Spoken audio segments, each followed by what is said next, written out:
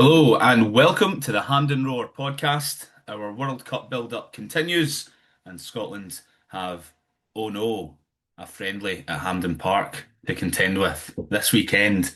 So we're here to preview Scotland nil, Japan 2 in the Hampden Roar Podcast. It's me, Andy Bargh, your creator and host, with Thomas Mackintosh of the BBC down in London, Good morning. Thanks for having and Calum Brown, Scottish football commentator. Hello, mate. Morning, Andy. How are we? Looking forward to Um, it. Yeah, I'll say now I won't see the game this weekend. You boys know I'm getting married on Saturday, so I will be in the thick of my meal at 5 p.m. And a new one for Hand and Roar listeners, it'll be these two on Sunday. I won't see the game, so the podcast will be brought to you by Calum Brown and Thomas Mackintosh. Don't want to be any fraudulence uh, by getting me involved on Sunday when I haven't seen it, and it is the day after my wedding, so I don't think I can anyway. Thomas and Callum will be bringing you the review on Sunday. Looking forward to tuning in as a bystander, lads. No, I'm Yeah, sure. let's I'm hope it's not sure. the final episode and we don't get it pulled off the airwaves. So I'm yeah, sure. things are good though. But I'm looking forward to seeing how Scotland get on. I know I had a bit of a joke there at the start about our friendly record. I think it's been 10 years since we won a friendly at Hampden Park, Denmark, I believe, when McGinn and Tierney made their debuts. So then I think there is again, naturally with friendlies, there seems to be a wee bit of a clamour for experimenting and seeing what else is out there for options before the World Cup. But we saw what happened before the Euros, and our friendly record derailed us before that tournament, as if we weren't being thrown off the tracks by the tough friendlies the previous year anyway.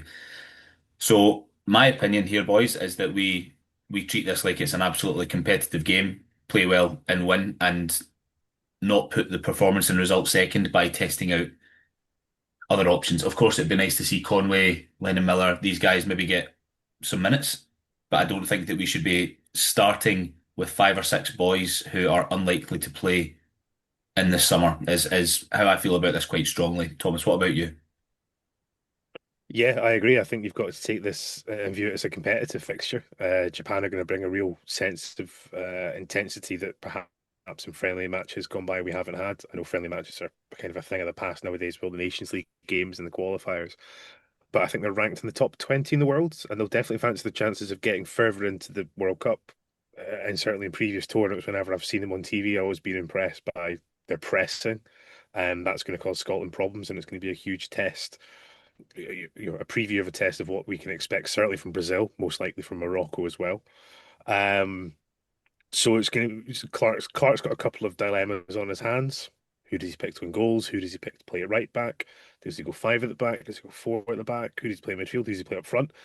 I think the glaring omissions of the squad for injury, obviously Gannon-Doak and Hickey, we'd fancy to be shoo-ins to start these games had they been fit.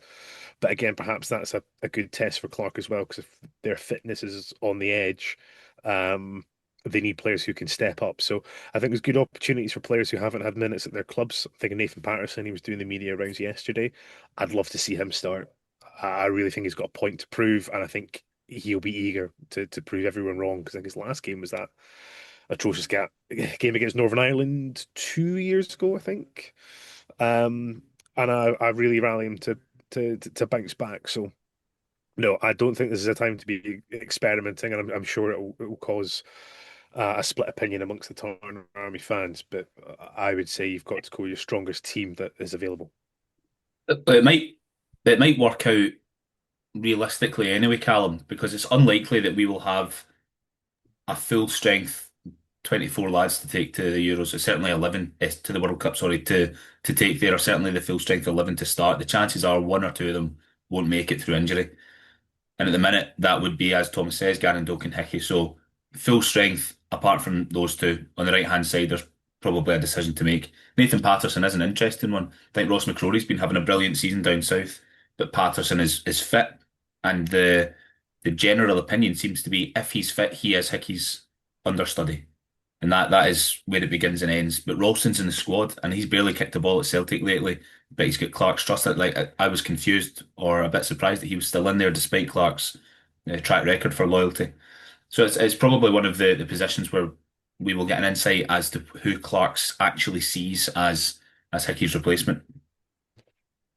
Yeah, the right back spot's pretty interesting as well because you've got Ross McCrory in there as well, who's been playing there pretty much for Bristol City at club level. So kind of get three right backs in there, which is a bit strange, especially when you would say one of them has to be fourth choice because Yeah. of Hickey's injury. So I'm with Thomas. I would say if you're asking me who I would pick at right back, it'd be Nathan Patterson, just in that fact he's got a point to prove, and it's been a while.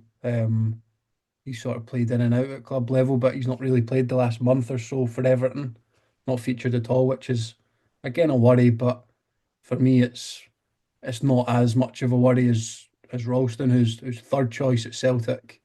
Um, Patterson's second, maybe third choice at a Premier League club. So I think you've got to look at levels there, maybe. But yeah, I'm pleased to see Patterson back in the squad. Always really liked the different dynamic between him and Hickey. Patterson for maybe those more attacking games. Would you say I liked him bombing down the right, and Hickey in the more difficult games, shall you say? I think he's a lot better defender, Hickey. And he's really good with the ball, but I just mean Patterson in terms of getting to the byline, getting crosses in, and assists and a goal. I don't think Hickey's maybe scored for Scotland yet, so there's obviously that kind of they balance off each other pretty well, I would say. But yeah, in terms of the squad as a whole, um, I'm a wee bit more towards the opportunity side than yourselves, I would say. Um, but obviously respect that opinion, and it's games that I want us to win as well, despite probably being underdog in it. But I'm looking at the squad, and obviously I think you're going to play the majority of the regulars, but I'm looking, and maybe there's four or five that I would quite like to see more than sort of 10 minutes from. Like a good 45 to an hour across the two fixtures. I think I that's a fair expectation, Callum. Definitely. Yeah, Yeah, I think Thomas and I think our opinion here is that don't start the match with four or five boys who are unlikely to feature yeah, of much in the course, summer. yeah, Yeah, but I also, like you, I want to see Tommy Conway get more than 10 minutes in each game. Yeah, I would like to see Lennon Miller get 20 minutes from one of the matches, come on between 60 and 70. That sort of thing makes sense to me, and I'm not sure we should expect it though. I mean, we know what Clarke can be like with his changes. But I'm totally with you, Callum. Sorry to impede you there, but I think that is a fair expectation of a support. yeah. No, no, that's fine. I would say that's probably the case. Maybe again, the goalkeeper one's an interesting thing. Gunn is probably it's like a mini pre-season for Gunn and away before the World Cup, which we're laughing at, but it is a concern that your goalkeeper's not playing. Do you maybe give him the full 90 in one of them, and do you give what he did in Lille when we played France? Do you give Kelly? It was Kelly and Clarke. Would it be Kelly and Bain a half each, maybe, to see what they can do against a decent opposition? I don't know. And then I'm looking at, in terms of the squad, Dom Hyam. Obviously, we know what he can do at club level. He's not in there for no reason. Just got the one cap. I would like to see him maybe Yeah. 45 minutes. Ross McCrory at this level, know what he can do at club level. Would like to see him at this level. Lennon Miller, I would obviously like to see more of. Think we saw him against Liechtenstein for a little bit, and I think a wee cameo off the bench in one of Yeah. the games as well. Maybe Belarus. Belarus. And then I'm looking at Conway and Finlay Curtis as well, who I would like to see. So that's maybe the or five or six. I can't remember how many I've said, but that I would like to see more than 10, 20 minutes of. Yeah, the Japan squad are looking quite handy. Just looking at the clubs that they represent, that there are some names that we'll recognise. But if we just take a cross section, their defenders play for Werder Bremen, Feyenoord, Bayern Munich, Copenhagen, Ghent. Midfielders play for Brighton, Frankfurt, Genk, Palace, Leeds, St. Pauli, Mainz, and the forwards have Celtic, guys in Maida, Feyenoord, Mönchengladbach, Freiburg, Wolfsburg. We've got a wee young guy who plays there, Kento Shio guy. So I'd say that this is a pretty solid like Europa League level team Japan, but they seem to routinely perform very impressively. Do you remember 2018 World Cup? I'm sure it was. Did they were 2-0 up against Belgium and chucked it. I remember watching that game and Nadir Chadli scored in the last minute for Belgium from 2-0 down to take Belgium through. I'm sure they've had another really, did they not have a really impressive result at the last World Cup, Japan? Thomas, Yeah, I I'm think sure that you've it got some good was. knowledge. I'm pretty sure that was the incident where the ball crossed the line against Spain or the Germans or Oh Costa Rica. yeah. It was in that group, and it was one where it was the top two were changing every 10 minutes or so. That's right. I think the Japanese got through because Germany went out, and then that's why Japan. Hansi Jesus, Flick right. I think they or was beat it Right. Germany. Nagelsmann? Let's be very real about this. Japan, the World Cup 22, Japan topped a group that had Spain, Germany, and Costa Rica. They're a good side. Honestly, I'm really when it was revealed that Japan was going to be the first fixture at home, I was really chuffed with it. Because I thought it was going to present a real challenge. All of the players that you just listed off, the clubs that they play for, they're not just playing consistently at Europa League, Conference League, Champions League levels. They're playing at teams that are sort of mid-table, Bundesliga, La Liga, Liga, Premier League. All their games are competitive. Every single game, whether that's trying to get European football again for next year, they're playing two, three times a week. Most of them probably have got cup competitions that they're going through in as well. So that means they're going to be well drilled. They're going to bring some level of intensity, and I think it's a really good selection of opposition. Um, which will be interesting in terms of our defense because from what I can remember and what I've listened to so far, the Japanese are notorious for their sort of high pressing and really getting in the face of the defense. And given that there's a genuine, real possibility that we could have a goalkeeper and a back four of players who aren't playing regularly or at all, it'll be interesting to see how they're literally thrown in at this deep end to react because this is what they're going to have to be up against in the World Cup. They've got a striker, Koke Ogawa, who has 10 international goals and 13 caps. But how does that make sense? Because he plays for NEC Nijmegen. So let me tell you, most of his goals have come against Hong Kong, Myanmar, Bahrain, China. So a bit of stat pad in there. But they do have Ayase Wade. I've heard of him. He plays for Feyenoord. 16 and 36. That's a damn good ratio. And Kamada that plays for Crystal Palace in centre mid. He must be one of their main men as well. He's a good player. Aye. So Nathan Patterson, boys, did you see him at his presser yesterday? Looked like David Brent's son. He got a wee goatee going on in a wee middle part and in the side of his in the middle of his yeah. Well, he's grown up a wee bit.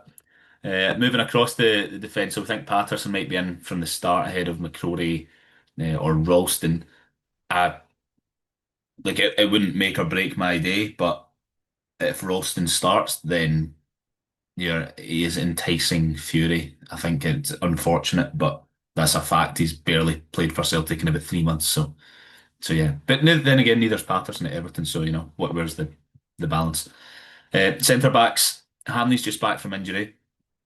I'm not sure that he'll start Hanley in this one, to be honest. I think that Scott McKenna will play, and then next to him, it's a matter of Suter, Hyam, or Jack Hendry, in my opinion.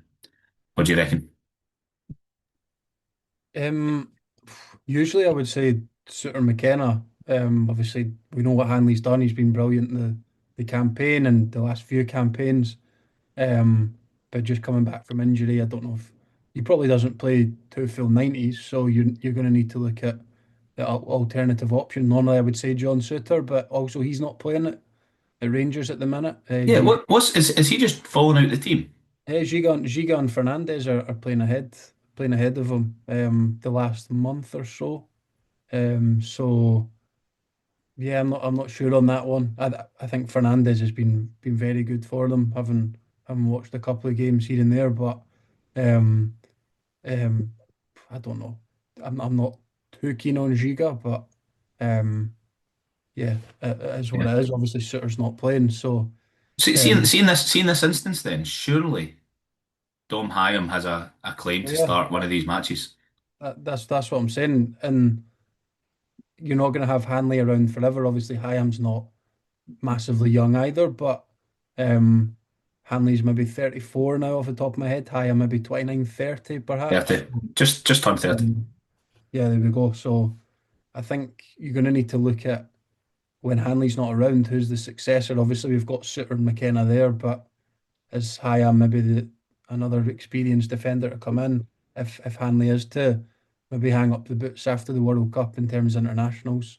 I don't know. I'm obviously looking really really far ahead there, but yeah, I'm not sure. I think it would have been nice to have a again. I know I missed the um squad announcement episode, but maybe a Porteous or a Halkett in there Yeah. instead of a Jack Hendry, perhaps. Again, Well, it's hard to keep on track with what he's doing at club level. Um, but loads of caps and obviously capable. So, but not seen him for a while as well. Jack Hendry's cap count underwhelms me slightly. I'm not saying that he has done well to achieve 36 caps. That's 36 more than any of us will get combined ever. So, I mean, this is not a place to slag Jack Hendry, but he has been such a regular over the last what feels like 5 years that I'm surprised that he's not scraping 50 at Jack Hendry. It feels like that should have happened until it became Hanley and McKenna or Suter and Hanley at the start of the Nations League 24. I think he had a couple of injuries, didn't he, around the time that Yeah. Porteous broke into the team over the Mm. Euro qualifiers, and Porteous had a really good season, a really good spell Yeah. until he got sent off. Um, I was wondering whether Clarke, given the squad that he's got, whether he might revert back to the back five for this friendly. Just That's because the, just because the intensity that the Japanese will bring, I wonder whether he starts at a back five. uh, no, I don't know. Look, it's very possible, Thomas, but my instincts are just massively against it. And they could be wrong on that, but I think that a back five, maybe depending on who the wing back is on the right, but I think that ship has sailed for us, surely. I mean, I but think I what think what well impacts it is having no Gannon-Doak, I suppose. it sailed simply because Tierney was out for so long, and the drop in class from Tierney to, let's say, McKenna, Hendry, Hanley, whoever fills in that left centre back was massive. But now Tierney is back, playing fairly regularly for Celtic. He knows the role for Clarke. I just wonder whether that shores up the defence a bit, because that's what Clarke builds his squads on, is hard to break down, Yeah, create few chances, and the chances that we do create be clinical in them without Gannon-Doak. So I'm just thinking with the squad that he's got, that what allows him, and he's picked a lot of defenders for this squad. yeah, fair point. So that's been my mulling over. Is I actually think he'll go. I think it'll be gunning goals. I think Patterson will go on the right back, and I think Robertson will be left back. I think he'll go Tierney, McKenna, and I actually think he'll go Hanley. Because the thing, when I was reading back all the pieces from November, the thing that I totally forgot that blew my mind hugely was Hanley wasn't due to start that Denmark game, Yeah, and he 15 only minutes found out. before kickoff. He had he had a pretty rough game in Piraeus a couple of days before. They obviously named the team the night before, and then 5 minutes before kickoff, was it Suter pulled up with an injury and had to Yeah, drop out? Yeah, calf. And Hanley had a great game. Mhm. So I just wonder if that mentality, those kinds of decisions stick with Steve Clarke. He likes how people react to situations. Yeah, So with that in mind, that's my logic. I put it out line. I think he'll go 5-4-1 as a formation on against the Japanese. Potentially every coach they might open it up a little bit, depending how the games go and how injuries go. no, Um, Shea Adams as a starting striker in a formation with fullbacks. No, I think he'll start Dykes in the 5-4-1. I uh, think it'll be when we played Spain in Seville. I think that will be, aside from Patterson replacing Hickey. I think that's what it'll be. let me just check how Dykes is doing here. I know he was playing regularly since he moved to Charlton. I've not actually checked his stats in a couple of weeks. Let's see. He's still in the team. Yes. Yeah, he is. He hasn't scored in a wee while, mind you. It's, a month now. He's kind of scores one a month. Dykes looking at his stats here, but he is playing every game for Charlton, so that's good. Um, Yeah, well, I prefer Scotland with Dykes in the team over Adams anyway. I would like to see a bit of Conway though. I actually saw that he's been put up in the press. Came out this morning. Sky Sports tweeted it saying it was an interview with well, a press conference with Conway where he was saying it was on his mind that he had to get into this squad or he wouldn't be going to the World Cup. It was a bit of a concern for him. I'm not going to make it. So he was delighted to be called in again. I think the general public opinion is that there's more to see from Conway, that he needs to be given a proper chance, Callum, for us to assess what sort of player he could be, for us how different an option he could be to Shea Adams and Lyndon Dykes. And I sense, maybe because of the type of player he is, more excitement about Tommy Conway than George Hurst. And I would say that that's probably because Hurst has had a few games in the more recent past than Conway and hasn't contributed much. I would say I know that a few of them have been cameos, and that's not fair to judge him entirely on that. But I think that Conway looks maybe just a wee bit more dynamic. He scores more goals than Hurst at club level as well, and that probably plays a part. I think that of all the untested players at the moment, he probably is the one that we are keen to see more of. Yeah, I'd agree with that. Different profile as well. Hurst, I would say, is similar to Dykes. Maybe a wee bit. I don't know. Dykes is quick. I was going to slow. But yeah, I mean Conway's pretty quick. He's mobile and behind. Um, quite nippy as well. Kind of watched a few of Middlesbrough's games, and he gets after defences sometimes. Picks up the odd booking here and there, and commits too many fouls, but shows his perhaps willingness to try and win the ball back and get after fullbacks or centre halves, and just sort of on that formation debate as well. You're probably looking at needing to play a Conway or a Curtis if you are to go the 4-3-3 or 4-2-3-1, however you want to call it, because with no Gannon-Doak, I think we saw in the Nations League playoffs against Greece that, albeit we won 1-0 over there, but the home game, it was so narrow. McGinn can offer an option out wide, 100%, and he's played there. But that's when you've had Gannon-Doak on the other side. Same with Villa. If McGinn's played on a flank, he's been, the other flank's had a winger on it, an out-and-out winger. Maybe I'm looking at Sancho or Morgan Rogers or whoever. So I do think that maybe sways Clarke to a five. I'm not too sure. I think there's a lot of negative discourse now around the five, but for me, I don't think it was the formation that let us down at the Euros. It was just the not the system, but the way it was implemented. I think it was, The principles behind it. yeah, we were just really negative and didn't know what to do with the ball. But I thought out of possession in the five, we were pretty good and tough to break down. Looking at some results over the years when we've played that five, obviously Spain's the one that comes to mind. Aye. Norway away from home as well. So um, I'm not as We were shite in Norway, Callum. oh But we we nicked were it. Aye. yeah, but I mean we were shite a lot of the play the qualifiers there. And so it's I don't know. I'm not as neg. I'm not saying I want us to play it. It would be nice to see us go for the four, but just looking at the personnel, I we're just saying there as well about we don't think Clarke will start a Conway or a Curtis. So in terms of who's your wingers in that formation, really McGinn and Ferguson. I don't know if he fits playing wide. So Yeah, Easy. I agree. I agree with Callum briefly. I personally would love him to go four at the back. I'd love Scotland to go for it and be open, but obviously trying to be a bit more pragmatic and seeing it from how Clarke sees things and looking at the opposition who were playing the Japanese at Saturday.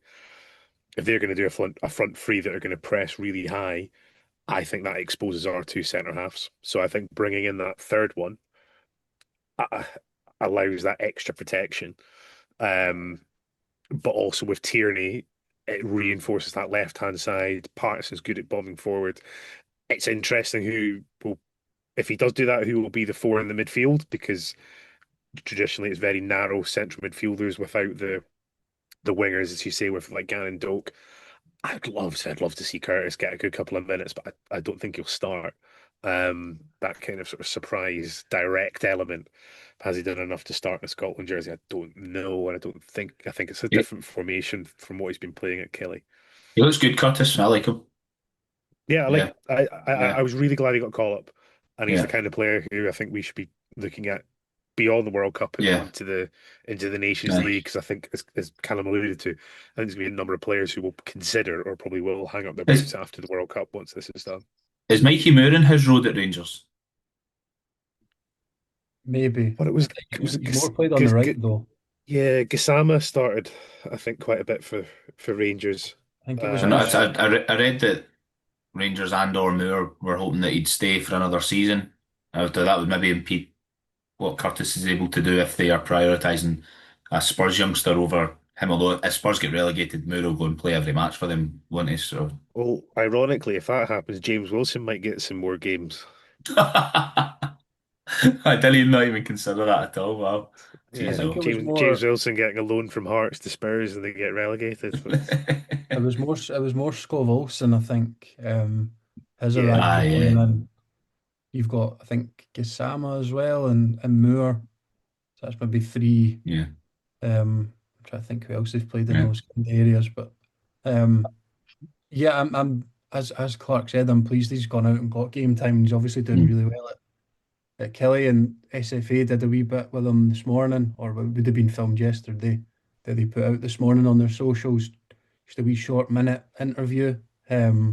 But he seems up for it. Speaks quite well for a young lad, and um, it's just saying he wants to go out and make a statement so he's in the squad Yeah, come the summer. Obviously, everyone's good. going to say that, but quite Yeah, like the positivity. Yeah. yeah. We'll wait for the Scottish media to tear him down, will we? Finlay Curtis, Finlay Curtis expecting or hoping for a place in No, World Cup squad. no. Um, aye, so centre mids then. Let's proceed on the working theory that Clarke will play with three centre halves. Thomas McTominay trained himself yesterday, but it said on the Sky Sports ticker that he's expected to play. So I would imagine if it is, then he would be one of the ones behind. Let's just say Dykes, for example. Next to him, Christie's done it a million times, but lately Clarke's been preferring him deeper. Lewis Ferguson will surely start. I think Clarke has cemented his preference with Lewis Ferguson now based on the games last year. You've also got Gilmore, who's fit again. Could McGinn drop back in there as well? McLean probably won't start, but he's in there. Lennon Miller, we'd all love to see him get minutes. Andy Irving's probably the outlier at the moment from the centre mid options. What do you reckon? It's a bit of a Tetris. it is. It is. I think McTominay picks himself if he's fit. I think the same with McGinn. So therefore, sort of the deeper line Both behind midfield. the striker. Uh, yeah, I'm trying to think how you describe it. Almost like a tight diamond, I guess, with the wing backs providing the width. A rhomboid. They So did that box, didn't they? They used to. yeah, Serbia's famous for the box where it was like Jack and Yeah, McGregor and then McGinn and Christie there. yeah. so I think McTominay will be higher up. I think McGinn will be ever so slightly behind McTominay. On the other side, I'd probably say it'd be Christie, and I think he'll put Ferguson over Gilmore. Um, Ferguson's not a sitter. um, Yeah, he has played there in the 4-2-3-1 for us. no, I It's hear, if I hear what you're saying. I do. I'm trying to predict what Clarke will do, and usually I'm wrong. Okay, Uh, here's one for you then, because Gilmore tends not to play when it's a very physical opposition, and okay. I'm not really too sure if that is discernible for like physically imposing opposition as far as physical goes, or if it's just a very physically demanding game with lots of running and buzzing about and stuff. Because Gilmore's he's got energy and he's not a shrinking violet, but he's not um a wee rat basically in holding mid. He's more graceful than that. Um, so I don't know if this game, because Japan I think are quite famed for their energy, their pressing and a bunch of dies and Maidas basically. So is is that where Gilmore should be included, or is the game going to be too quick for him in that way? And then you want Christie's energy in there. You want a wee bit more stature with Lewis Ferguson in deeper midfield, or do we just forget about trying to prioritise counteracting the Japanese and play the people that we think serve us best and give us the best chance of keeping the ball moving forward, progressing up the park, and ultimately scoring? And Gilmore's really good at that. So where's the balance? Yeah, I think it depends. For me, it depends on the system that he plays. I think if we go with the back five, I think your midfield four or so. I think he goes with Ferguson for physicality. I think he goes with Christie a wee bit deeper alongside him, and then he goes McGinn and McTominay in behind the Dykes. But I think if we do go the four, I think you've got to have Gilmore in there as an extra midfield option alongside Ferguson, alongside him, and Christie in the 10, and then I think maybe McGinn and McTominay either side. I was just thinking that there. McTominay's played a wee bit off the left, sort of left number 10 role for Napoli, but again, that's a dilemma for me. I'm not sure how much I like that. Maybe That would be Christie, that would be a huge call to play yeah, McTominay on the left. Yeah, or kind of drifting and swap yeah. rotating with Christie, but or Christie on the left, McTominay in the 10. I don't. That's the only thing for me, which is why my head's going.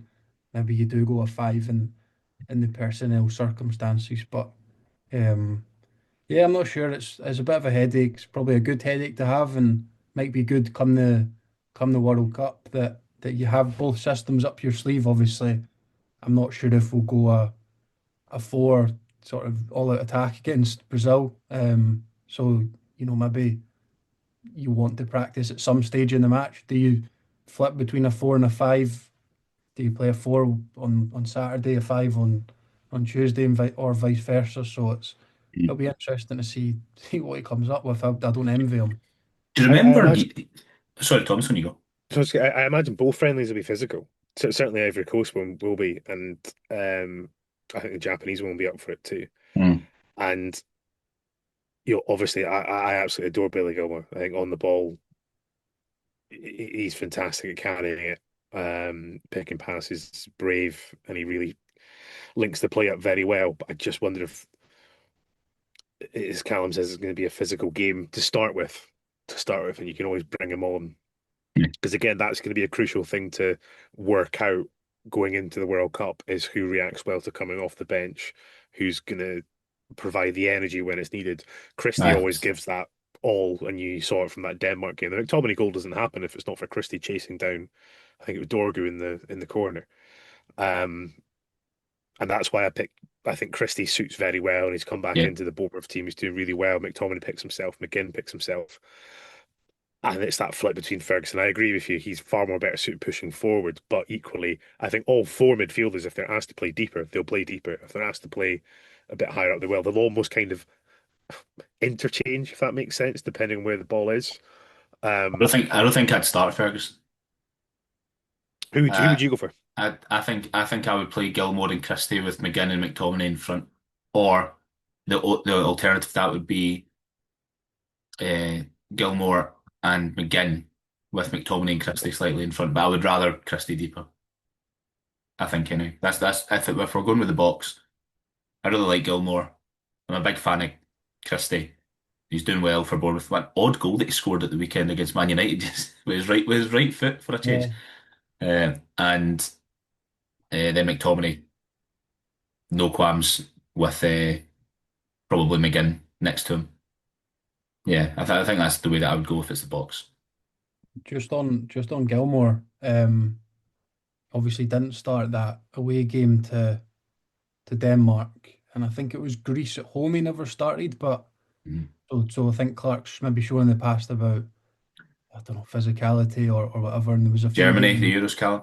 Yeah, Germany in the Euros. I was yeah. So, but looking at the Greece game, as bad as we were for that first hour, I think just it kind of came in my head there as Thomas was mentioning subs and things, and I don't personally like the term, but managers use finishers now instead of substitutes and all that, all this sort of woke stuff. But uh, to his credit, I think that change. did pretty well when Gilmore came on. Obviously, there's going to be moans and groans. A few of my mates are like, "Oh, Gilmore has to start" and things like that, and I would normally agree. Um, but I'm kind of all about the squad.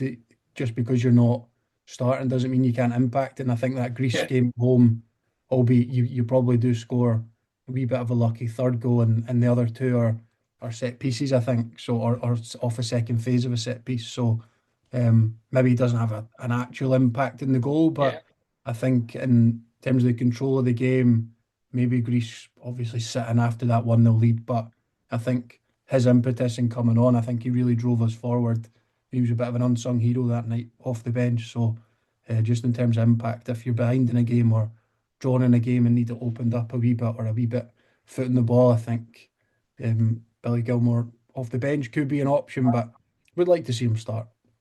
I've maybe come round. I know 20 minutes ago I shook my head, Thomas, and said the ship has sailed for 3-5-2 or whatever, however you want to describe it, 5-4-1.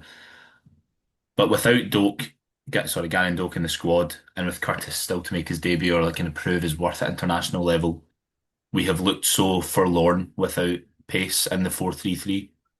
I actually do kind of understand what's the point in continuing with it when we don't have that outlet.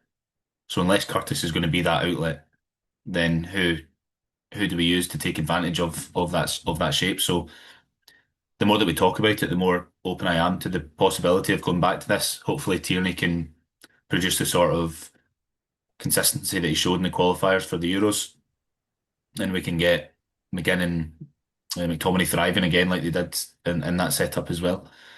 Well, we go through some listener correspondence. So I just put out the tweet the other day. What's on your mind ahead of this one? Clarke's contract, which we will come to shortly. Opportunities for fringe players, performance or result. What matters more? SPFL Fitba fan loyal listener says it's greedy to want a performance and a result. Not sure about that, but with Haiti only 4 games away, we need both. Everything we do from Saturday to that first game has to be made with the World Cup opener in mind. Paul Smith is definitely Scottish. I'm dreading these games after what happened during the Euros friendlies. We ended up going in low confidence after a string of poor results. Hope that we can keep the good run and high confidence going. Alan Fletcher echoes, I think, what a few of us have been saying. We need to see what Conway and Hurst can bring to the team. Don't think there is space for both of them on the plane. Shankland will be in the squad if he's fit. N74 Nick says Patterson has to start one game, and I'd like to see McCrory at some point. I think echoing Callum's thoughts there. Brutal assessment of Ralston. A minute for Ralston is a minute wasted. 4-2-3-1 is preferred with Doak in the squad, but without him, do we have a backup? That's what Thomas has been saying about the the formation there. But what none of us have mentioned, Beer Hunters TA, another good listener, has asked about the trial of two up front like we did in Copenhagen. What if he goes 4-4-2? That was like a narrow midfield, wasn't it? With Christie and McGinn wide, Ferguson, McTominay in the middle, and then two of the strikers up front. That could be just as much a possibility, Thomas, as going 4-5-1. Yeah, five four Definitely, one. Sorry. definitely. Yeah. I was literally gonna say once you said that you've come round to the idea, I was gonna throw another ship out there that Clarke does like his own surprises, and if you look at the shape of the squad, as I said, that ship at the back five sailed because the Nations League there was so much injuries. Tierney was out, McGinn was out. I think there was a couple of others, sporadically over that autumn period, but now they're all back in. Ferguson. Ferguson, yeah, now they're all back in. It's come back, but also there are other ones without, two up top. It worked against Denmark. Um, There's no reason why it couldn't work. Certainly would the midfield would have to be incredibly disciplined against the Japanese. If we go 4-4-2, I would expect it to be that they'd have more of the ball than we would. Um, This could be total it's it's shite, but it, I think then are Japan not a counter-attacking team, but like a high press counter team. high press counter team. Hmm. But are we good on the ball? We saw how good it was in the Euros, where it was just passing it back and forth, and Mm. unless you've got your Gilmore or Lennon Miller, Ferguson piercing the ball through, or driving that ball onwards. So yeah, it's difficult to see, but no, the 4-4-2 is definitely a possibility. Uh, But yeah, I think if I was rounding off my point, it would be Dykes up front, someone physical to sort of give their defenders something to work with. He's got pace. We know what he can do. He creates a lot of space that McTominay, McGinn, Ferguson, Christie run into and profit from. So I think that's what he'll do. Because the other thing too is if Patterson's not having a great game, McCrory comes on. Ralston, as much as he gets a lot of stick, I actually don't think he's put too many feet wrong for Scotland in the caps that he has played. You could say the same with Stephen O'Donnell when he came on. I think these players know the sort of golfing in class where they are in the pecking order. But being Scottish, we love it when players give their all. As long as you pull on that Uh, jersey and you give your all, and I can't really fault Ralston whenever he's called upon. yeah, Don't get me he's wrong, a, he's I question it because of the consistency of players who aren't playing, and you want to pick players who are playing regularly. But when he is called upon, I don't think he's done anything too he's too not. badly. He had a few ropey moments, Ralston. He did the back pass against Switzerland, which Shaqiri scored from. Some of the best players in the world have had moments like that. And he gave away a penalty against Poland in the Nations League opener but again, he was just a bit destroyed by Zalewski in that moment. So no, he's not had any more, brutal moments than most other players. Also, I think he's been an important part of the squad over the last couple of years. But when Hickey's fit, he starts. Like that is a fact. And now who deputises for him is the question because Patterson's fit again and McCrory's playing every week at a strong level. Ralston's not playing for a team that are playing very poorly. So the math has got to stack up somewhere. There's a question here from John McFadden, who listens as well regularly, asking about Clarke's contract. There have been a few talking heads this week. Kenny Dalglish said, that they should be sorting Clarke's contract out before the tournament. I can't really take Stephen Naismith's opinion too seriously because he is the assistant manager.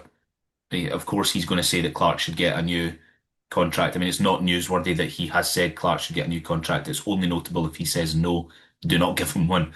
So I don't really see the relevance of the assistant manager saying, yeah.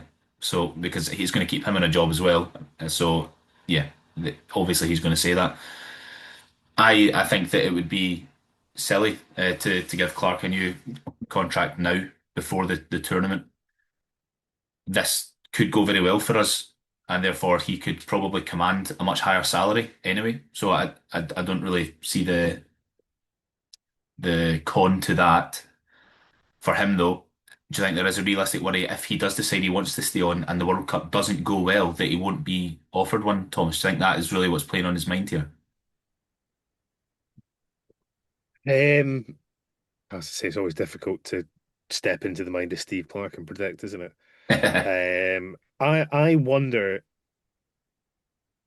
I wonder whether there's going to be just in general of football and taking a massive step back.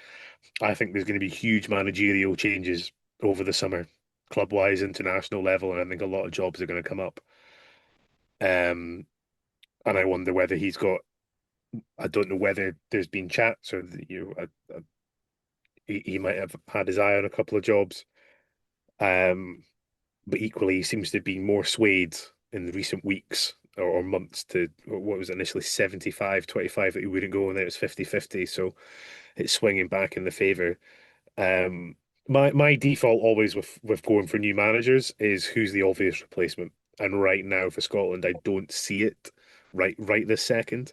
If you'd asked me last season or this halfway through this season, I would have definitely said Derek McInnes. But if Hearts go on to win the league, or I'm pretty sure he's going to want to take them into Europe next year, and they'll recruit well and they'll build on next season. Celtic and Rangers have. I think Rangers, Danny Rowell, you imagine would stay, but Celtic have got a rebuilding job on their hands. A lot of clubs down south, and a lot of international teams, I reckon, will change managers. So I agree. I think hold fire in terms of offering contracts right now, and Clarke's not pushing for it. Um, I think he's letting it be known. I mean, he said, in his press conference when the squad was announced, Thomas, that they should think about having a discussion. That yeah, okay, fair. I take it back. Yeah, um, It's unusual for him to I, I, air his thoughts so candidly, yeah, unprompted, pretty much. I wouldn't. Well, I guess he was prompted by the question. And the thing with Clarke is like same with the whole Harvey Barnes thing. If you ask him a question, he'll give you an honest answer. Um, I mean, ultimately, I wouldn't be as things stand. I wouldn't be opposed to Clarke staying on beyond the World Cup. I think it's a tremendous achievement to get us there. I would like to think that we would qualify out of the group stage, in which case it's that progression that he's meaning, and then the next tournament Depends. is a potential home one in the nations after the Nations League. So 4 tournaments out of 5 is a pretty good record that he'd like to take, Yeah. I imagine. Um, but I guess it just depends literally what is out there and what else is on offer.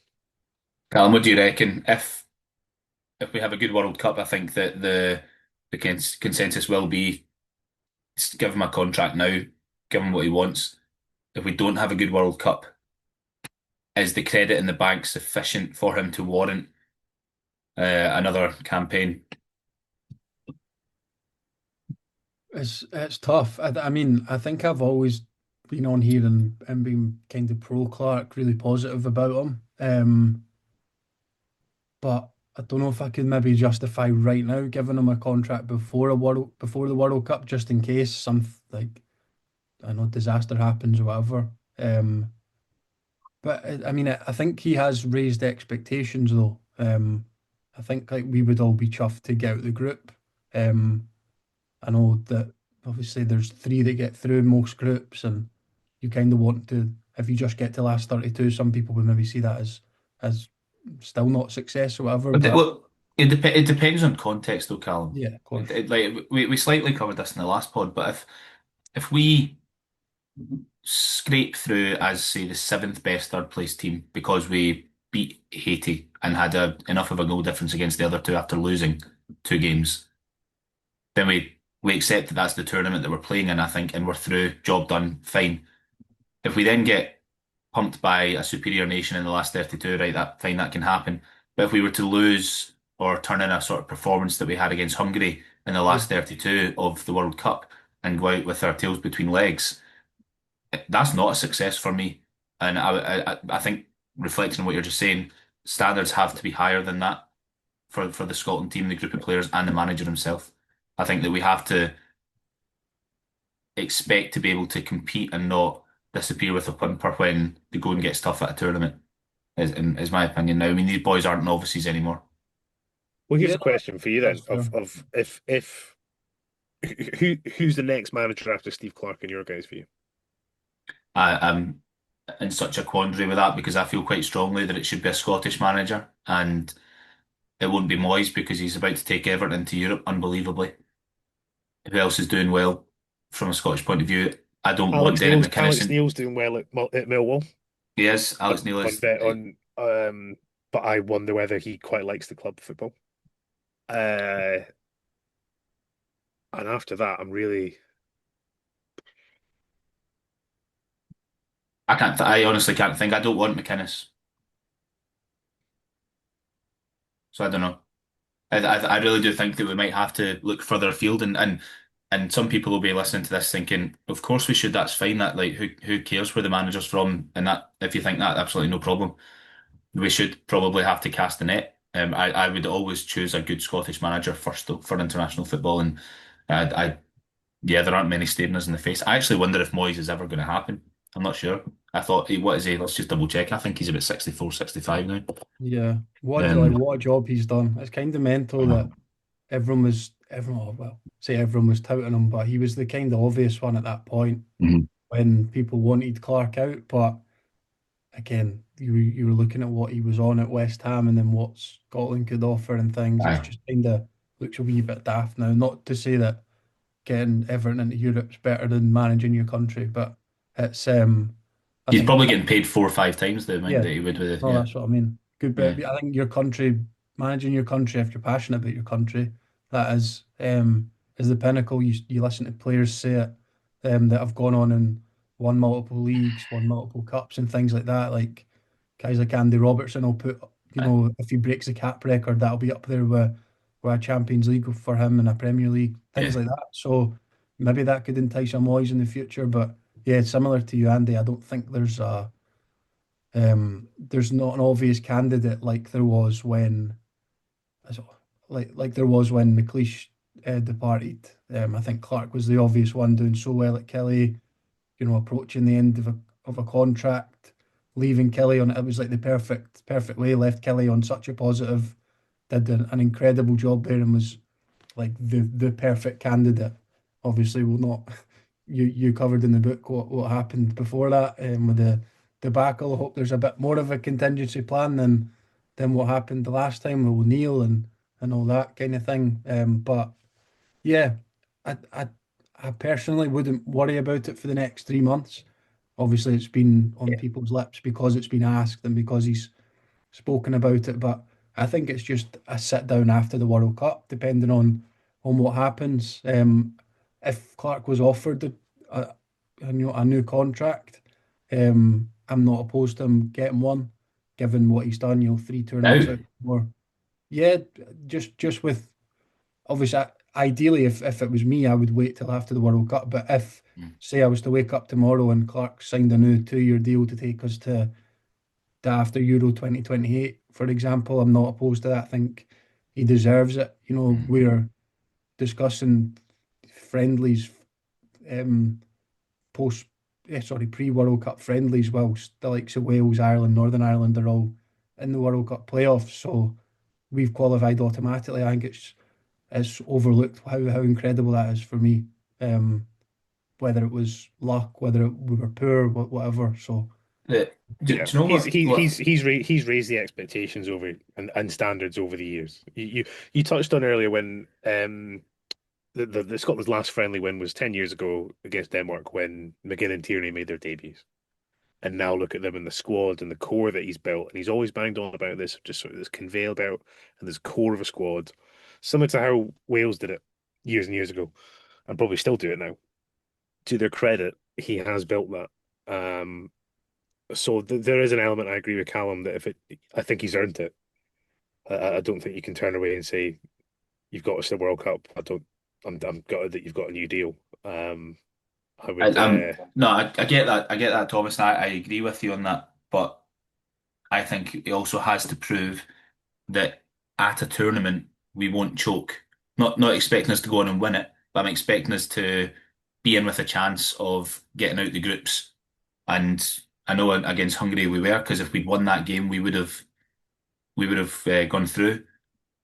But we were so bad. Maybe I'm bitter about that game. I don't know. But we were so bad, and I think that we need to see us perform at a tournament with belief, like we belong there, like we have earned the right to be there, and not shrink under the spotlight. I think it's important that we see that, especially against Haiti in the first game.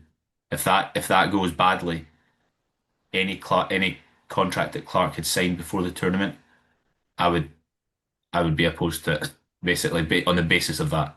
I Yeah, think there's maybe an element of a what if as well.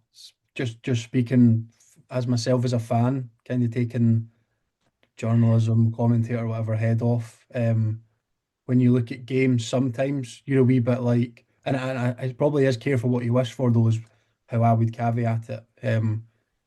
You sometimes look at that Hungry game, or you look at other games where, again, Northern Ireland maybe is a poor one.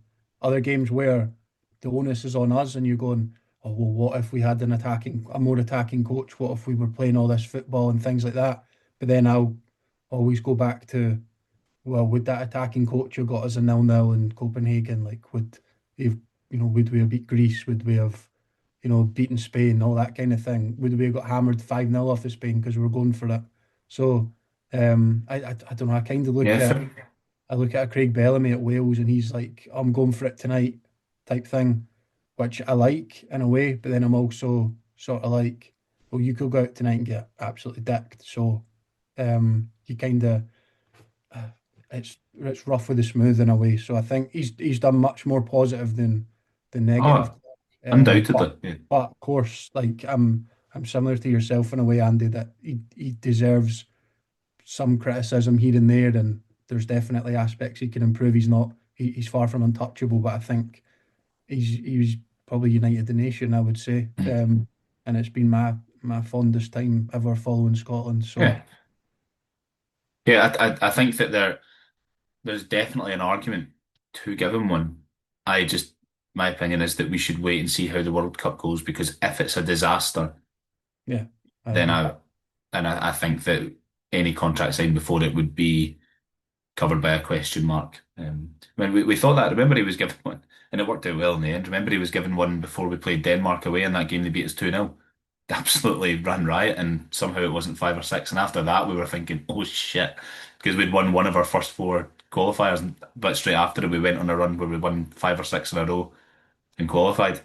It was And just so after the Euros as well, and just before the Nations League, he was obviously given another one, and that was But the amazing. Nations League was see if he'd signed a new contract after that Nations League campaign, I would have been right for it. 'Cause I thought we were excellent. I mean, we won the last two games, drew with Portugal, ran them close in the other three matches as well. So it's context is important. Maybe it matters. You know that I think you pointed it out earlier, Callum, that we've qualified for the World Cup, and that is the be all and end all. But if we lose these two friendlies and struggle in the ones immediately before the tournament as well. We've seen how the loss of momentum impacted us going into the Euros. How do we recover from that? What if we don't recover from that? And then it's a cycle again where we pick it back up for the qualifiers, lose our way in between that and the tournament, struggle, and it's just rinse and repeat as it has been for the last 5 years. So, look, I'm definitely not opposed to exploring our options, but I do think we should wait until the World Cup has come and gone, whether the SFA decide, you know what, we'll pay Clarke what he deserves. Yeah. Okay, well, I think that'll do us, lads. I'm looking forward to tuning into you on probably what will be Monday morning. Yeah, all the best for Saturday as well. I'm sure myself and Thomas wish you the best, but I'm sure all the listeners, viewers, etc., Right. wish you all the best for your wedding as well. So good luck. Thank you. Yeah, I was deliberately I didn't choose the date because um Scotland had qualified automatically. I thought if there's an international game, it will be on the Thursday. I don't know why. I just assumed that, and then obviously not. So yeah, first Scotland game that I'll not see in I don't know how many years. I'll be right Okay, about the time of the speeches. So yeah, yeah. your thinking was right because the play if we were in the playoff, it would have been tonight. So Aye, right completely enough. missed it. Happy Yeah. days. Honeymoon and somewhere in Europe, exotic. Uh, Right, okay, well, so yeah, that'll do us. We'll be back the boys will be back on Sunday, bringing you the review of the Japan game, and looking forward to Ivory Coast as well, which is on Tuesday night, isn't it? So we'll have the podcast review of that game on Wednesday morning, and then after that, we'll continue our build up. We'll be back with an on the plane. We'll have the Hampden Roar catch up series as well, seeing how the boys are doing domestically. In the meantime, as well, I always say if you're looking for more international team content. You can buy the A Nation Again audiobook if you want to listen to the players talk about their journey to the first Euros when Clarke came in through the Nations League and beating Serbia and stuff. I spoke to about 10 or 12 of them and turned it into an audiobook. So you can get that on iTunes and Spotify and everything if you just search for it, A Nation Again. Thank you to anyone who decides to give that a go. And if you're more of a reader than a listener, it is still available on Amazon. It must be punted down in price by now. It's been out for a few years, so can't be much more than a tenner, I would imagine. So if you fancy either of them, thank you very much. And spread the word about the pod. We are on YouTube now as well. We're posting clips on Instagram. You can follow us at Hampden Roar Podcast there, on Twitter, as we always have been.